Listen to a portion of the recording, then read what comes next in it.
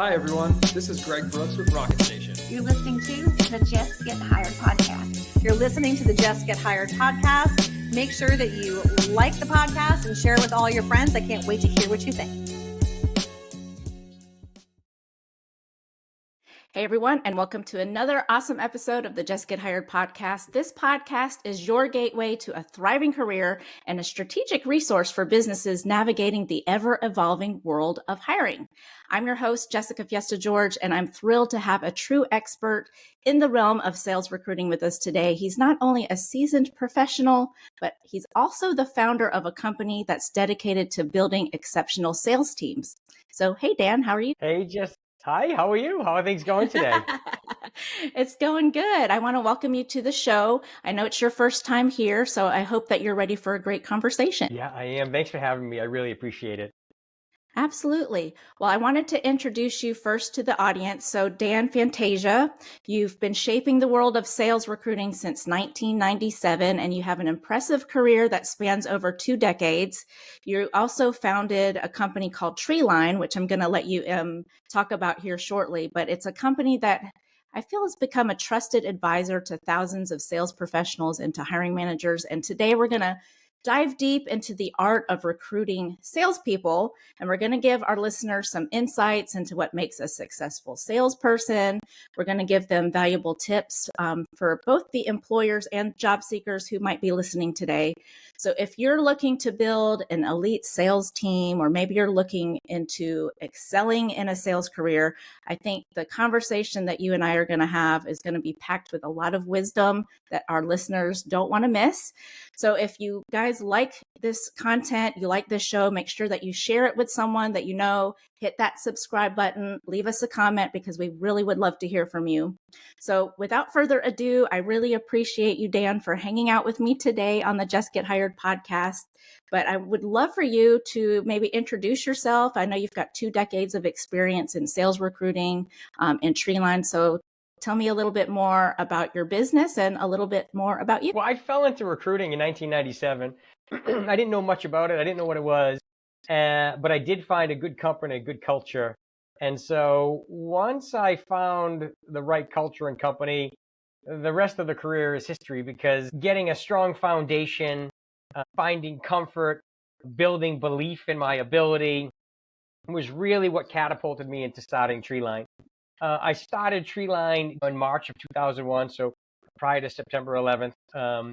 And the company was named Treeline, right? We were a sales recruiting firm named, after like a tree service. And so at the beginning, Jess, it was tough. Like, it just getting your foot in the door when the brand just wasn't present took a lot of time and a lot of effort.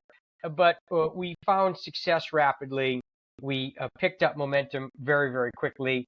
And now we've built a really trustworthy, reliable brand for so many companies and candidates as they look to advance their careers and as they look to, build their organizations.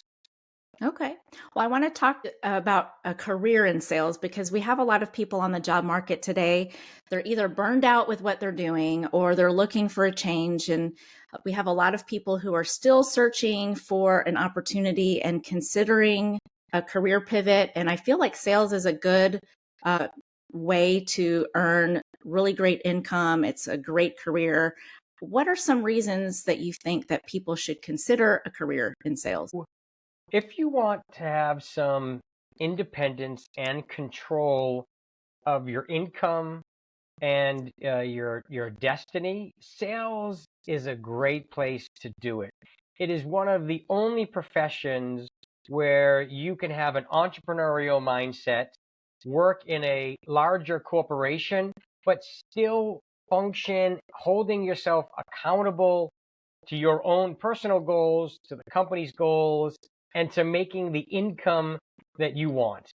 For many companies, income is static and it takes years to grow. In sales, you are in full control. Well, you're not in full control, but you have the majority of the control. And you can be accountable to meeting and achieving your objectives in your personal and professional life. Definitely. I think it's the impact on business growth. Sales professionals truly play that crucial role in driving revenue and business. And I think in sales too, you also get a really diverse set of responsibilities. Depending on the level of sales you're doing, you have to prospect, you have to pitch to different people and make leads. You also have to manage client relationships. So I think there's a lot of value in having a career in sales. I had a career in sales, not so great at business development, but it transferred very well to like recruiting and what I do now, because I sell people the idea of a career and what it is like to work at a company. So there's a lot of transferable skills that I know people can get from a sales role, because there's communication, you have negotiation, you have to know how to problem solve, and really about creating relationships, don't you think? I agree 100%. I also think if you're considering a career in sales, you should talk to people. You should talk to a company like ours. You should talk to friends, family members, colleagues, and ask them what they believe sales is, what's good about it and what's bad about it. Because for many people, they think sales is just, being a good communicator and talking to people. Mhm. But there are great challenges to being a successful salesperson, as you had mentioned. Business development, finding net new clients, prospecting, lead generation, rejection. Rejection is such a big piece to the sales profession that if you can't stick it out, or you don't have the personality mindset to really, or you don't have the grit to make it happen, it may or may not be a great field for you.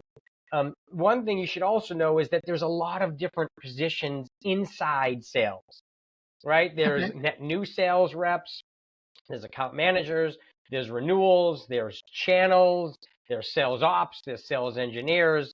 There are so many people on the client facing side of corporations that really represent the organization. And those all fall underneath the sales, the sales or go-to-market division and team. Well, we're going to talk today tips for employers and also tips for job seekers. So let's kind of focus on tips for the employers. As far as like industry trends, what are you observing on how companies are approaching recruiting sales professionals today? Yeah, I mean, if we talk about right now, immediately, and companies are struggling. The reason why they're struggling is because there are a lot of people in the market. Mhm. And as a result, because there are a lot of people looking for opportunities, companies are overwhelmed. There's too much noise. And so as a result, they usually don't have the people to manage that noise, to handle that noise, to get, 600 applications or applicants in the first day of posting a job. Right. And so what happens is they're trying to reduce that noise to find the candidates that are a good fit, and they need process and people to do just that. For candidates, it's just the opposite. They need to make sure they can get in front of the hiring managers, right? They need to make sure they're found. Of those 400 people that apply to a job, how do they get found? How do they get out of that noise? And how are they seen so that they can get a shot in an interview? Absolutely. Well, what are some key qualities employers should look for, I guess, in top sales talent when they are in that recruiting process? Are there any key characteristics that you suggest? Yeah, I mean, for companies, so it is so dependent upon the sales environment, the sales model they have. There are transactional environments. There are enterprise, consultative, strategic based sales environments. There's complicated engineering environments. So the first thing is to understand what the sales model is. Once you understand what the sales model is, then you can figure out what's required, the sales characteristics required to be successful in that organization. And once you understand that, then the ultimate goal is to go find individuals that meet those requirements. So it could be domain expertise, it could be location, compensation, it could be average deal size, sales cycle, quota. There's so much information, there's so much to unpack when we consult and talk to a company. We need to understand all of these data points, because as we go to market, we need to find and align candidates that match your criteria and your selling environment, so that you can hire a successful salesperson that is sustainable and that is going to beat or meet your quotas and budgets. How can employers foster a positive environment to attract and retain sales talent? There's so many companies that are, competitive when it comes to trying to attract the best. But what kind of advice do you have for employers who need to foster that positive environment so people will want to come work for them? I love that question, Jess. So the first thing I would say is for any executive or sales leader that is trying to build a positive environment, the first place to start is with the foundation, and that is setting realistic and accurate goals. And the reason why that's so important is because salespeople are, as we just mentioned, if you want to get into sales, you're accountable and you want to hit your goals. Salespeople are driven to hit their goals and to meet their metrics. And they're accountable for all of it: metrics, quotas, revenue, everything. So what's important is setting their expectations accurately. Because if you misset or oversell your opportunity, it's nearly impossible for you to sustain a workforce or a sales force. And it's nearly impossible to create a positive culture. And the reason why you can't is because you set expectations on the way in on what was expected and realistic. And if nobody is hitting those goals, then the momentum, basically everything starts to fall apart and fade, because now people start to lose belief. So the first thing I would say is set accurate expectations. Make sure that they can hit their goals, make sure that they can make the money that they're supposed to, and then you can sustain and grow a sales organization. And the second thing I would suggest is understanding the needs and wants of the team. So whatever you believe and think the team wants, before making that assumption, ask the team, what motivates them? What do they want out of the organization? We do something that's called Start, Stop, Keeps. It is basically an opportunity for the entire team to basically anonymously write down what they think the company should start doing, what the company should stop doing, and what the company should keep doing. And so if you're not communicating with your team to understand what they think a positive environment will require, what they like, what they want, then you'll likely miss the mark, and you won't be able to build the environment, or the environment that you build that you think is so wonderful may not be wonderful to your sales team and to the employees that work in it. I think the same goes true not only for sales, but overall. I think we do a poor job sometimes at really understanding what employees want. They don't always want a pizza party, right? They'd rather you spend that money on something else to give back to them. So simple things like that, just getting back to the basics of talking to your employees, I think is huge, not only in sales, but overall. That's a different conversation for a different day that we deal with in the HR space. But I digress. But so let's talk about tips for job seekers. So I know we have some listeners that are, looking to get some level of employment or further their career. Are there specific attributes that you would feel that make a successful salesperson? I mean, industries are different. And as a result, as we mentioned earlier, it requires a different personality set and, different skills. So many times what people think of as sales, if they're not in sales, they usually think of a bad experience they've had.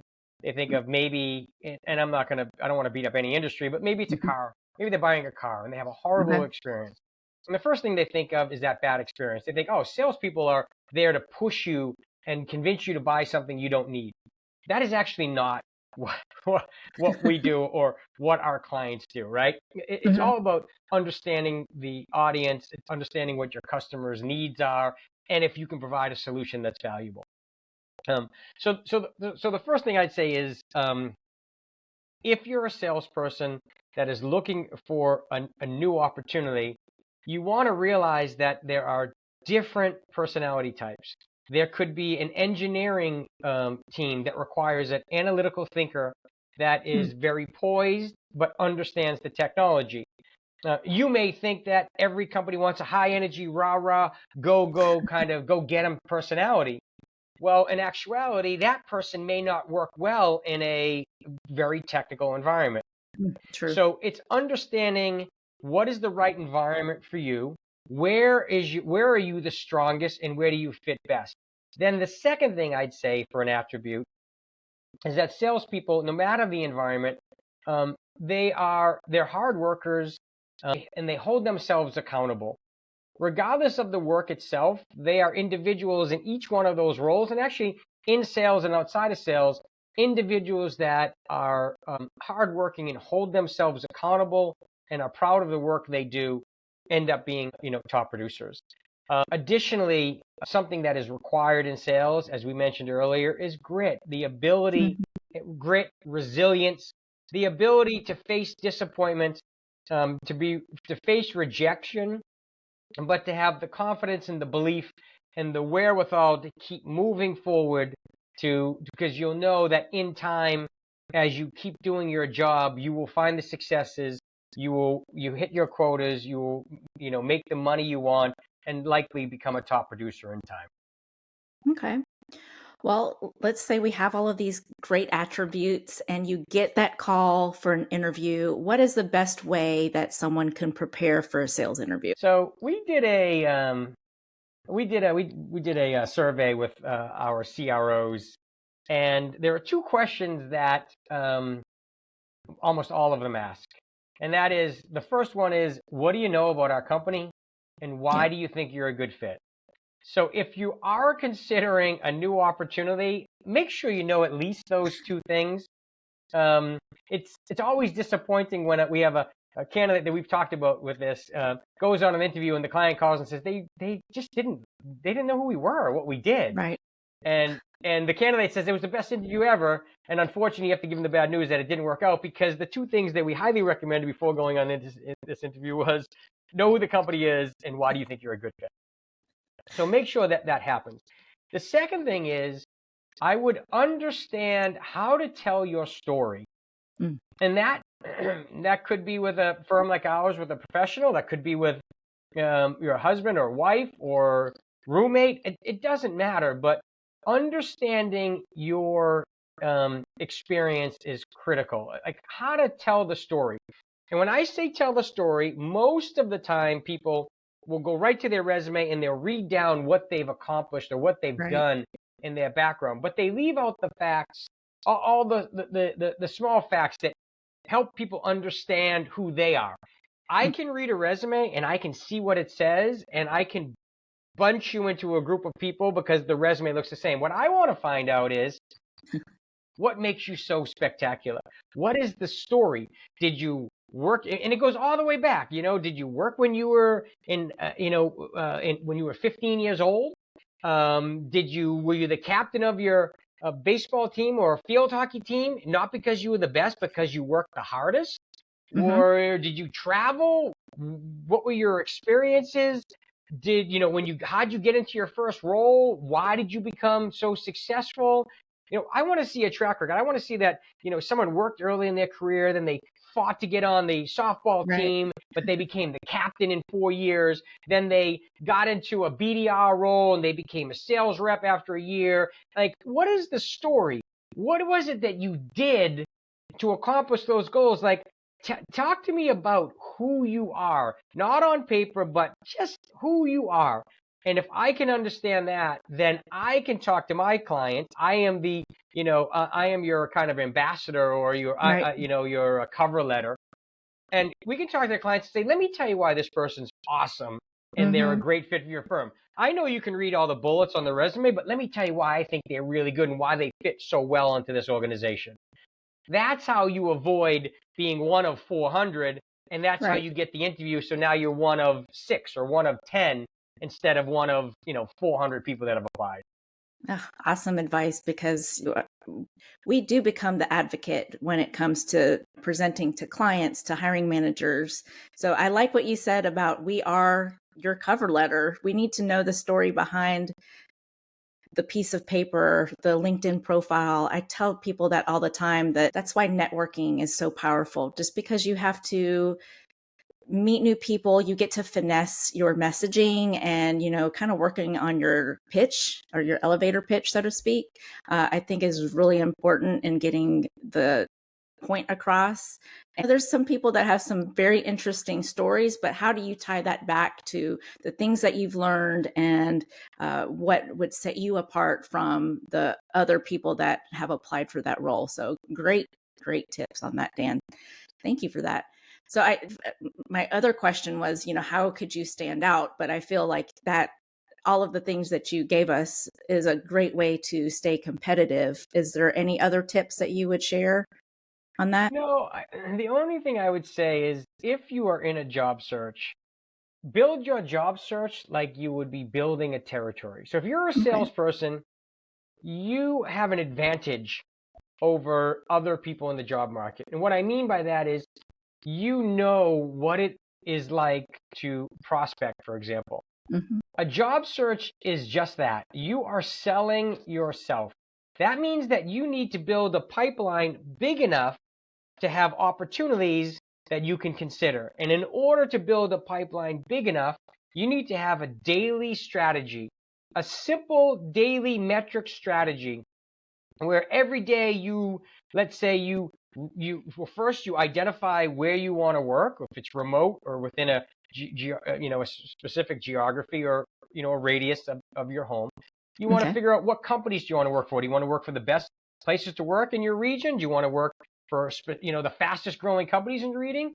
In your region, look up the list, look up the awards, look at all of these companies. Do you want to be in a specific industry? And then target those industries and those companies.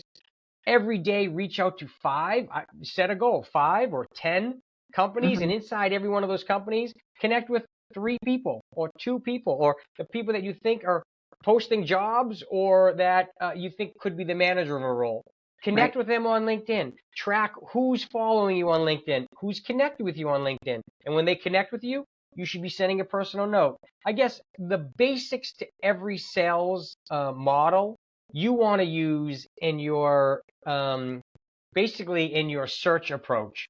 It's the best way to get in front of people. And then if you connect with 20 people a day, that's 100 people a week, that's 400 people a month, that's 800 people in 2 months. If you double that, it'll be 1,600 people in 2 months. Yeah. The point is, with that kind of activity, you will get interviews.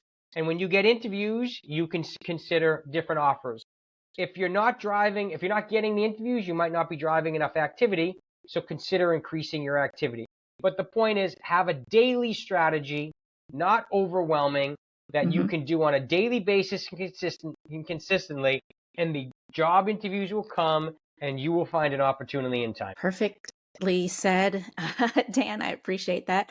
So what are ways that both businesses and job seekers can kind of stay ahead of the trends? How do you and your company stay ahead and know what's going on? We see what's happening in the market because we're talking to companies that are either pausing their hiring or starting their hiring. We're talking to candidates that are getting laid off. And if they're finding an opportunity in 3 or 4 weeks, that's reasonable.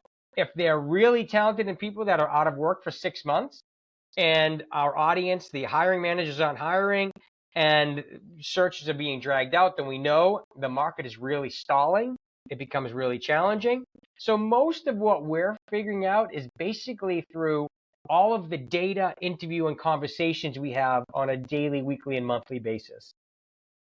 What is the best way for businesses or job seekers to get in touch with you? I'll make sure I put all of the links in the show notes, but what's the best way? What do you prefer? I mean, our website is Treeline Inc. So treelininc.com, and just hit contact us. If you ask for a consultation, I'll call you directly, probably within, half an hour of you filling it out. You can connect with me on LinkedIn at Dan Fantasia. Feel free also to go to LinkedIn and look up Treeline Inc. We have jobs posted there. You can always set a job alert to see what jobs come up. If there's any of interest, reach out to our firm. Awesome. Well, Dan, your insights into building elite sales teams and just navigating through this ever-evolving landscape of sales recruitment, it's been truly invaluable. And I know that our listeners, and especially our employers who are looking to enhance their teams, and the job seekers who are looking to excel in their careers, I hope that they also gained a lot of great advice. I know I got a lot of great insight as well. But some of the takeaways I feel from our conversation, I love what you said about fostering a positive culture. We talked about identifying top sales talent and adapting your recruitment strategies to the ever-changing industry that we have. But Dan, your journey and the success for Treeline serves as a testament to the impact of leadership, resilience, and innovation in the field. So I really appreciate you being on the show. Yeah, thank you for having me, Jessica. I really appreciate it. This has been wonderful. Awesome. Well, listeners, remember that the conversation doesn't have to end here. If you have any questions or thoughts sparked by today's episode, feel free to reach out to Dan at Treeline. Go to my website. I'm going to make sure we have all of the links in the show notes. Go to jessgethired.com. Make sure you subscribe so you don't miss out on any engaging conversations that we have. And I always bring in expert insights. Well, my name is Jessica Fiesta George, your host of the Jess Get Hired podcast. What do y'all want to talk about next? I'll catch you on my next episode.